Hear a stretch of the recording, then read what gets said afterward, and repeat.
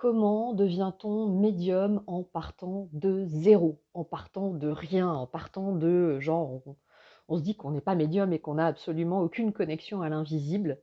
Voilà, c'est une question qu'on me pose souvent parce que ça a été mon chemin. Je suis partie de rien pour ouvrir ça et donc j'avais envie de vous faire une vidéo sur ce sujet. Donc bonjour à tous, je suis ravie de vous retrouver pour le coup pour cette vidéo qui me tient beaucoup à cœur. Je m'appelle Émilie Giraud et moi je suis, alors je rentre pas dans une case précise, donc je vais vous dire je suis coach, médium, praticienne chamanique et j'accompagne les personnes à se reconnecter à ce qu'elles ont de plus lumineux en eux et de l'exprimer en fait dans leur vie de tous les jours, que ce soit dans leur vie personnelle et professionnelle.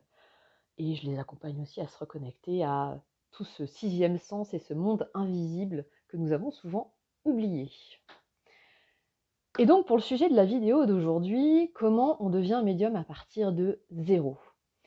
Ce que j'ai envie de faire pour ça, c'est de partir en fait de ma propre expérience et puis ensuite de voir quels sont les fils que je tire et que je peux vous recommander si vous, c'est une vidéo sur laquelle vous vous arrêtez et que le sujet vous intéresse.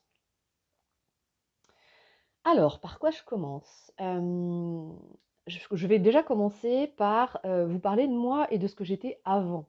Donc moi, j'ai ouvert tout ce qui est, médium et cetera, il y a 2 ans et demi, donc il y a pas très, très longtemps.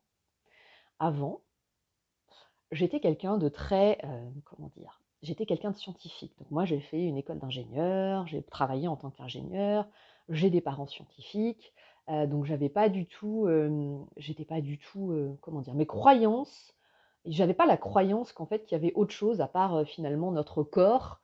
J'avais pas la croyance qu'il y avait autre chose, qu'il y avait une âme, une conscience, appelez ça comme vous voulez. Donc je pars vraiment de zéro de chez zéro.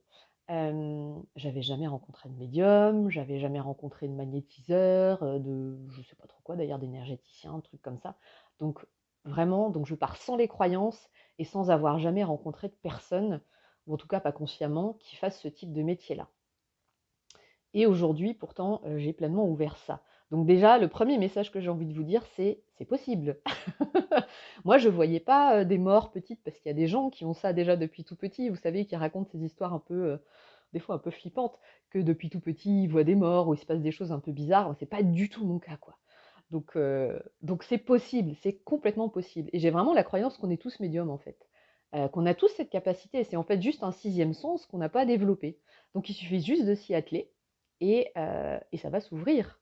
Donc si c'est quelque chose, si vous tombez sur cette vidéo, vous regardez cette vidéo, voilà, c'est important de vous dire que c'est possible en fait. Vous pouvez y arriver. Et donc ce qui va être intéressant, c'est de voir comment ouvrir ce sixième sens pour aller connecter ce genre de choses.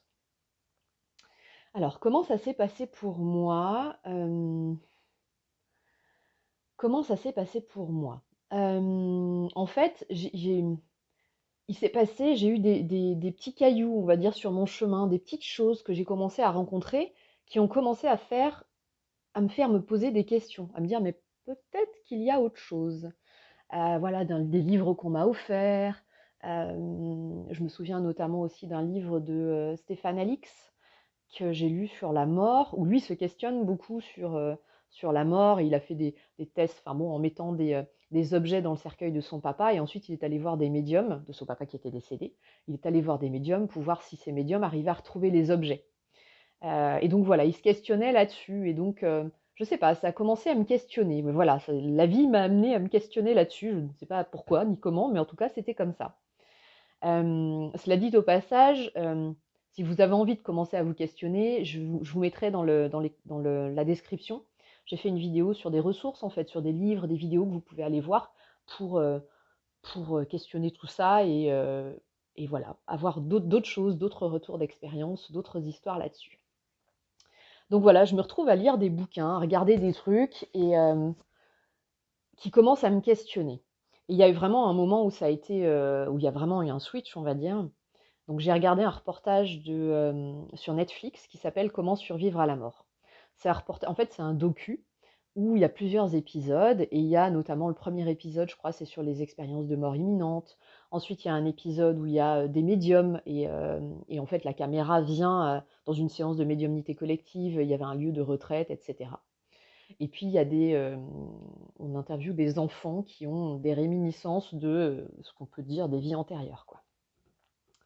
Et donc je regarde ce reportage en me disant quand même, c'est OK, c'est quand même des gens qui parlent de choses, ils parlent tous un peu de la même chose, c'est un peu bizarre. Et puis donc il y avait ce reportage sur des médiums où j'avais à chaque fois les poils qui se hérissaient quand je regardais ça. Et puis je me disais: «Ah bah, c'est sympa, ils font des retraites, bon ça peut être autre chose à expérimenter, quelque chose que je connais pas, que ouais, j'ai bien envie d'expérimenter le truc, donc peut-être aller faire une retraite pour voir». Alors, raté, c'était la période du covid, donc plus de retraite. Et par contre, en allant voir ces retraites, je me retrouve, sur le site d'une des personnes qui était interviewée dans ce docu et qui propose une formation, comment, devenir, alors la formation, donc comment je l'ai entendue au premier, parce qu'au début, j'ai pas entendu ça. Au début, la formation, c'était comment ouvrir sa conscience, quand on part de zéro et qu'on a l'impression de ne pas être hyper intuitif. Puis moi, je me suis dit: «Oh, ça peut être sympa» parce que, professionnellement, j'avais déjà fait un virage, donc j'étais ingénieure agroalimentaire, dans une grosse entreprise, j'ai fait un burn-out et donc je me suis reconvertie en me disant: «Bah, moi, ce que j'adorais, c'était accompagner les gens», donc je me suis reconvertie en coach professionnel. Donc j'étais coach professionnel et je me dis: «Bon, ouvrir ma conscience, mes intuitions, ça peut être hyper utile pour me connecter à mes clients, en fait». Je me dis: «Si je peux avoir des infos supplémentaires, bien». Et donc je m'inscris à, cette formation en ligne. Alors c'est marrant, c'était en anglais avec, des gens un peu de partout. En me disant: «Bah, je verrai bien, de toute façon, au pire, j'ai perdu, c'était pas extrêmement cher. J'ai perdu quelques centaines d'euros et puis on verra bien». Et donc en fait, cette formation, que j'ai trouvée hyper intéressante, c'est une personne qui nous met directement en pratique. C'est-à-dire, on se retrouve, on était plusieurs dizaines de personnes, donc vraiment, de la Californie à l'Australie avec, des gens en Europe et cetera, donc des gens que je connais ni d'Ève ni d'Adam et qui ne me connaissent pas forcément et on se retrouve à expérimenter. Elle nous met directement en disant: «Bon, bah, maintenant, voilà, vous allez vous mettre face à face, vous allez, apprendre à faire le vide dans votre tête, vous mettre, moi, ce que j'appelle dans le bassin, c'est-à-dire vraiment dans une zone où on n'est pas ni dans le mental et on n'est pas dans l'émotionnel, mais on est vraiment dans une zone, vous ne voyez pas ma main, mais voilà, dans le bassin, dans une zone vraiment où on est, on va dire, en paix. Et puis on se mettait, donc en Zoom, dans des sous-salles, on se mettait de 2 à 2 ou en groupe de 3 et on expérimentait. Elle nous disait: «Bon, bah, maintenant, vous allez essayer de deviner, professionnellement où cette personne en est». Et donc on a commencé comme ça, à vraiment expérimenter, expérimenter, c'était toutes les 2 ou 3 semaines. Hem et puis, il y a des fois quand même, il se passait des choses où il y avait des infos qui arrivaient, donc moi je vais parler de moi, hein, des infos qui m'arrivaient, où je me disais: «Tiens quand même, c'est bizarre, c'est assez précis comme info». Par exemple, je me souviens une fois d'une personne, on devait parler de la vie professionnelle et essayer de deviner la vie professionnelle. Cette personne était basée en Australie et en fait, moi, dans la vie professionnelle, le premier truc qui me vient, c'est elle adore les chiffres, elle bosse avec les chiffres et elle kiffe, quoi. Bon, bah, je lui dis ça, je lui dis: «Tu adores les chiffres, tu bosses avec les chiffres et tu kiffes». Et puis la personne me donc je continue à dire ce qui vient et puis à la fin, la personne me débriefe en me disant: «Mais carrément, en fait, je bosse dans la finance, j'ai des chiffres toute la journée et j'adore les chiffres». Je fais: «OK». OK, puis alors là, bon, mon mental me dit: «Ouais, en fait, c'est parce qu'elle est chinoise et qu'elle a des lunettes que tu te dis qu'elle aime les chiffres. Donc tu as trouvé une raison rationnelle au truc». Donc voilà, il y avait souvent ce truc du mental qui venait et qui se disait: «Bah, non mais en fait, c'est pas vrai. En fait, tu pas connecté à elle sans la connaître, tu peux pas savoir des choses sur elle sans la connaître». Le mental est quand même là-dessus très, très coquin, très taquin. Mais c'est bien, il permet de rester vraiment les pieds sur terre. Donc voilà, il s'est passé plusieurs expériences comme ça où, je me disais quand même il y a des choses intéressantes qui viennent. Puis moi ça arrivait corporellement les premières fois, où je me souviens m'être retrouvée une fois face à un homme, il était je sais plus, il habite en Californie je crois. Et alors là, avec une douleur à l'estomac et à me plier en deux, avoir une envie de vomir, mais de vomir, mais de vomir. Et donc c'était vraiment le physique qui s'exprimait en premier là-dessus, c'était rigolo. Et en fait, tout ça en questionnant et en essayant de comprendre, en fait, à un moment, je lui dis: «Bah, en fait, j'ai l'impression qu'il y a vraiment tu as une blessure de rejet, enfin, il y a un truc, tu as été rejeté sur des choses, voilà, c'est ça qui vient». Puis le gars me dit: «Bah oui». J'étais: «Ah OK, bon, bah, là, le corps a parlé, c'est un peu étrange, bon, OK». Voilà, mais j'étais pas hyper convaincue de moi-même, hein, et pas enfin, ouais, j'étais pas convaincue, en fait, et puis est arrivée une séance où là vraiment, là je n'avais plus d'explication rationnelle.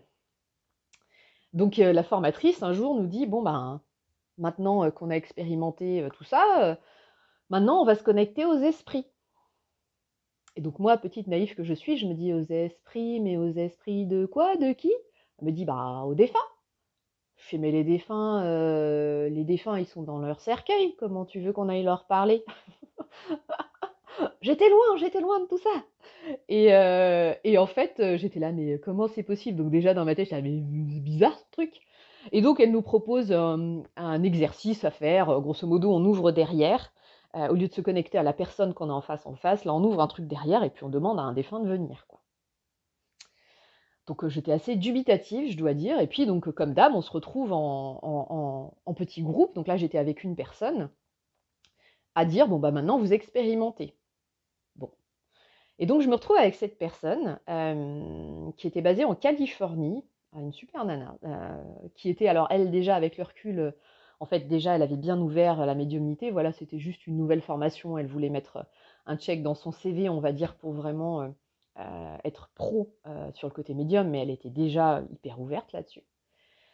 Et donc moi je lui dis écoute, moi je sais pas faire ça, c'est bizarre, et puis c'est bizarre. Elle me dit mais t'inquiète, on va pratiquer, vas-y on pratique et puis on verra bien. Elle me dit bon bah je commence. Ok, bah commence. Et donc alors juste un mot quand même sur mon histoire parce que bon forcément elle va se connecter à un de mes défunts. Donc, faut savoir qu'est-ce qu'on a en termes de défunts. Et donc moi, en termes de défunts, je pense que j'ai du classique comme tout le monde, hein. J'ai les grands-parents, voilà, et puis les lignées, voilà, j'en ai connu certains, j'ai les lignées au-dessus. Et après, dans les trucs un peu plus atypiques, bah, moi, je suis veuve d'un premier mariage, et donc j'ai mon premier mari qui est décédé il y a, bah, à l'époque où j'ai fait ça, une dizaine d'années avant, on va dire ça comme ça. Donc voilà, je pars avec ça, sans me questionner sur qui va venir ou quoi, mais en me disant juste c'est bizarre quand même. Et donc cette personne commence à ouvrir un espace derrière et puis à me dire bon bah ça y est, j'ai quelqu'un qui vient. Ok, alors voilà, j'ai une présence masculine qui est là. Une présence masculine, c'est un homme, je dirais d'une trentaine d'années, plutôt grand, avec des lunettes. Et puis comme ça, elle commence à me décrire la personnalité de mon premier mari. En me disant, voilà, il était quelqu'un de très doux, très gentil, et en même temps assez torturé à l'intérieur. Et puis je sens que sa mort a été... Enfin, il y a vraiment quelque chose d'hyper violent dans sa mort. C'était assez radical. Vraiment, bam. Ok. Et là, je me dis, waouh, ok. Donc là, elle est en train de me décrire mon premier mari. Parce qu'autant vous dire que potentiellement, si vous vous questionnez sur vous, la manière dont elle décrit, vous vous dites, bon, bah, ça parle pas de grand monde que je connais, hein, c'est rare que ça parle. Et donc, elle a bien calculé on avait une relation très proche tous les deux. Donc là, dans ma tête, c'est déjà le... Donc en fait, ça veut dire que bah, y a autre chose, que en fait, les défunts sont accessibles ou nous parlent, ou enfin j'en sais rien, mais il y a autre chose, quoi. Donc c'est une grosse claque dans ma tête, donc je vous raconte pas avec les larmes qui coulent, genre mais qu'est-ce qui se passe? Et ouais, c'était une grosse claque dans ma tête. Donc ça, c'était la première partie de la pratique, c'est-à-dire elle qui se connecte à ça. Et donc, voilà, mon premier mari avait un message à faire passer. Voilà, parce que donc on connecte à la personne. L'idée, c'est d'aller connecter qui est cette personne, de décrire qui elle est, et ensuite de voir si elle est là, c'est qu'elle a un message à faire passer pour le vivant, potentiellement. Et donc, voilà, il y avait un message là-dessus. Donc là, je me retrouve un peu, comment dire, abrutie, je pense, sidérée. Ok, puis là, après, la personne en face, là, elle me dit, bon, bah maintenant, c'est à toi. J'étais là, à moi, mais je sais pas faire ça, moi. Déjà, c'est trop bizarre, et je sais pas faire. Ils me disent, pas grave, fais comme la formatrice a dit. Bon. Donc, j'ouvre un espace derrière, et puis je demande, voilà, je dis, bon, bah voilà, s'il y a un défunt qui veut venir pour cette personne en face de moi. Puis je me dis, de toute façon, on va bien voir, je vais décrire ce que je vois, et si c'est pas ça, on s'en fout, quoi. Je suis là pour expérimenter. Et donc là, je vois une petite fille qui arrive, qui fait des grands signes comme ça, pour dire coucou, et puis une petite fille très joyeuse, vraiment joueuse, et puis qui fait passer, enfin qui me montre qu'il y a une espèce de rivière, et elle a un petit bateau à la main, et puis elle est sur la rivière avec ce petit bateau, et puis à un moment, elle se met sur le côté de la rivière, et puis elle laisse ce petit bateau partir sur la rivière tout seul. Ok. Donc là, je dis ça, et puis à chaque fois, je demande à à la personne en face de moi, je lui dis: «Est-ce que ça te parle?» Puis elle me dit: «Oui, oui, oui, oui», sans me dire plus précisément, de détails là-dessus, quoi. OK. Et donc à la fin, on débrief. Parce que l'idée, c'est de pas être, interrompu, en fait, au milieu pour vraiment avoir cette image qui vient, pleinement. Et donc à la fin, on débrief. Et puis cette jeune femme me dit: «Bah, en fait, tu t'es connectée à ma fille, Émilie». Je dis: «Ah, comment ça, ta fille?» Elle me dit: «Bah, ouais, ma fille est décédée». Et elle me dit: «Sache que, bah, je suis allée voir des médiums, pour qui j'ai payé, hein, des médiums pros, et en fait, tous, à chaque fois que ma fille arrive, elle arrive et elle fait des grands signes comme ça, pour dire coucou». Et c'est la première d'ailleurs et la seule fois, en fait, que j'ai eu un défunt qui arrive, alors il y en a qui arrivent un peu de manière bizarre, mais en tout cas, c'est la seule fois où j'ai eu un défunt qui est arrivé avec, en faisant ça, quoi. Donc là, je dis: «Ah bon?» Et elle me dit: «Ouais, ouais, puisque tu as décrit, c'est vraiment la personnalité de ma fille». Et elle me dit: «Et puis, cette question de bateau et tout, en fait», elle me dit: «C'est un message pour moi, j'entends. C'est le message que, bah, ma fille s'est arrêtée sur le bord de la rive de la rivière et moi, bah, moi, je suis sur le bateau et je dois continuer à avancer». Et là, j'étais là: «Bon, OK». Voilà, donc c'était une séance où je suis sortie, pour être très vulgaire, sur le cul, en me disant: «Il y a autre chose. Il y a mon premier mari dans l'autre chose et en plus, j'arrive à me connecter à des défunts, quoi». Waouh! Et là, je dois avouer que, la comment dire? Autant avant, quand j'étais connectée avec les vivants et on faisait des expérimentations dans les vivants, mon mental était vachement en train de tout remettre en question, en disant: «Mais non, mais en fait, c'est pas que tu es connectée à autre chose, c'est que tu l'as vu sur les vêtements, sur je sais trop quoi». Autant là, j'avais pas d'explication rationnelle, en fait. Donc là, il y a vraiment eu un switch mental de me dire: «OK, OK, il y a autre chose, puis je vais apprendre à faire un peu plus confiance et à aller plus loin là-dedans, en fait». Et ça m'a vraiment permis derrière de me dire toutes les expérimentations que j'ai eues après et les pratiques que j'ai faites après, d'y aller pleinement et de pas avoir ce mental qui est toujours en train de dire: «Mais non, c'est pas vrai, mais non, c'est pas vrai». En fait, il a stoppé, il a laissé faire et comme ça, en fait, je me suis rendu compte de plus en plus et après même avec les vivants pour le coup, qu'en fait, la quantité d'informations qui est accessible et la justesse des informations est hallucinante. Donc ça a été vraiment, voilà, ça a été vraiment un switch pour moi énorme.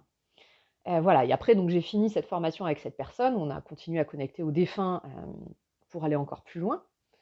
Et puis après j'ai fait une deuxième formation où pour le coup c'était la connexion au vivant et de se rendre compte de la quantité d'infos qui étaient disponibles et de se rendre compte que, ouais, c'est hallucinant en fait, tout est là. Alors tout n'est pas forcément disponible au moment M parce qu'on n'est pas forcément prêt à entendre tout. En tout cas, ça c'est ma croyance aujourd'hui.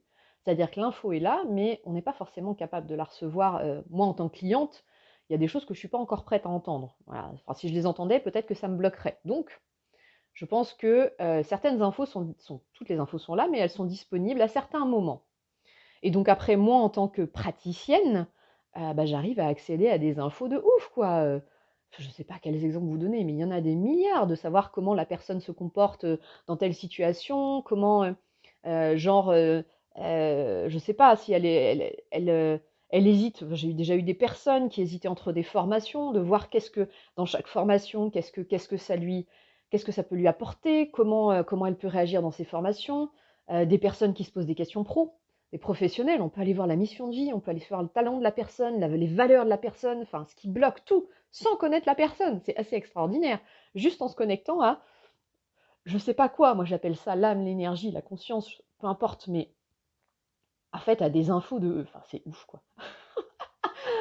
Mon cerveau s'en remet vraiment toujours pas, et pourtant, et pourtant, et pourtant. Donc voilà, c'est vraiment hallucinant. Voilà, est-ce que j'ai autre chose à vous dire sur mon retour d'expérience avant de vous faire le débrief global? Je pense pas. On verra. Mais donc grosso modo, si vous aujourd'hui, si vous tombez sur cette vidéo et que potentiellement vous vous questionnez sur «Ah, j'ai bien envie d'ouvrir, ces choses un peu invisibles, mais je pars de zéro ou je pars de pas grand-chose, ou j'ai l'impression que c'est pas vraiment vrai, ce à quoi je me connecte». Donc les choses que j'ai envie de vous dire, la première que je vous ai dite, c'est possible en fait. C'est possible de partir de zéro. On a tous ça, c'est juste qu'on l'a oublié et qu'il suffit de le réactiver. OK? Donc partez, pour moi, il y a vraiment une notion d'état d'esprit d'ouverture qui est hyper importante. C'est-à-dire que moi, quand j'ai commencé à expérimenter ce genre de choses, j'avais pas forcément d'attente Et puis enfin, je me questionnais pas, je me disais: «Oh bah, c'est cool, on va expérimenter, on verra». Enfin, c'est genre: «Oh, c'est cool, je fais un massage et puis je verrai». C'était vraiment, donc expérimentez en fait, laissez pas votre mental vous boucler en amont. Expérimentez. Enfin, en tout cas, soyez dans l'ouverture de l'expérimentation. C'est déjà ça, soyez dans l'ouverture. Le premier message, c'est ça. Et ensuite, la deuxième, ça va être pour le coup vraiment pratiquer, pratiquer, pratiquer, pratiquer. Parce que c'est comme ça qu'on acquiert la confiance en fait. C'est en pratiquant et en ayant des expériences, des expériences, des expériences que déjà ça va devenir de plus en plus facile. Et qu'en plus, au bout d'un moment, vous allez vous dire, soit ça va être comme moi, il va vraiment y avoir un switch à un moment où vous allez vous dire, ouais, donc là vraiment, je me raconte pas d'histoire, je connecte vraiment à des choses, ouais, invisibles ou que je ne savais pas quoi.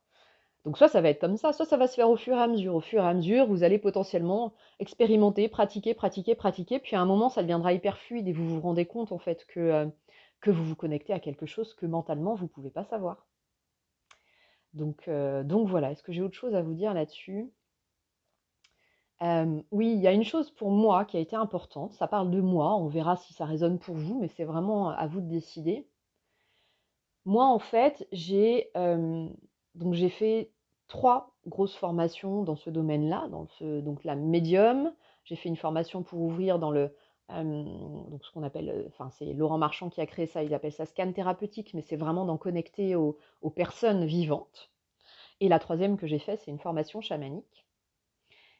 Et en fait, pour moi, les formations ont vraiment été des lieux qui m'ont permis d'ouvrir pleinement parce que j'étais dans un cadre de confiance où je savais que j'étais protégée, avec des gens qui m'aiguillaient et qui osaient en fait me faire expérimenter d'autres choses que j'aurais jamais imaginées. Donc c'est vraiment, pour moi, il y a vraiment ce truc de groupe de formation, de groupe de pratique qui a été hyper important pour ouvrir. Voilà, et encore aujourd'hui, voilà, j'aime bien être dans des groupes de pratique et avec d'autres pratiquants également pour, vraiment échanger les retours d'expérience et cetera et cetera. Et vraiment grandir les uns des autres. Voilà, c'est vraiment quelque chose qui permet, pour moi de continuer d'avancer. Voilà, donc si je résume, état d'esprit d'ouverture et pratiquer, pratiquer, pratiquer. Voilà. Voilà, j'espère que, cette vidéo vous aura été, utile ou en tout cas aura ouvert peut-être quelque chose en vous et en tout cas, je vous souhaite un doux chemin sur ce chemin de, l'ouverture de conscience et de l'éveil à l'invisible parce que franchement, c'est vraiment un chouette chemin. Voilà et je vous dis à très bientôt.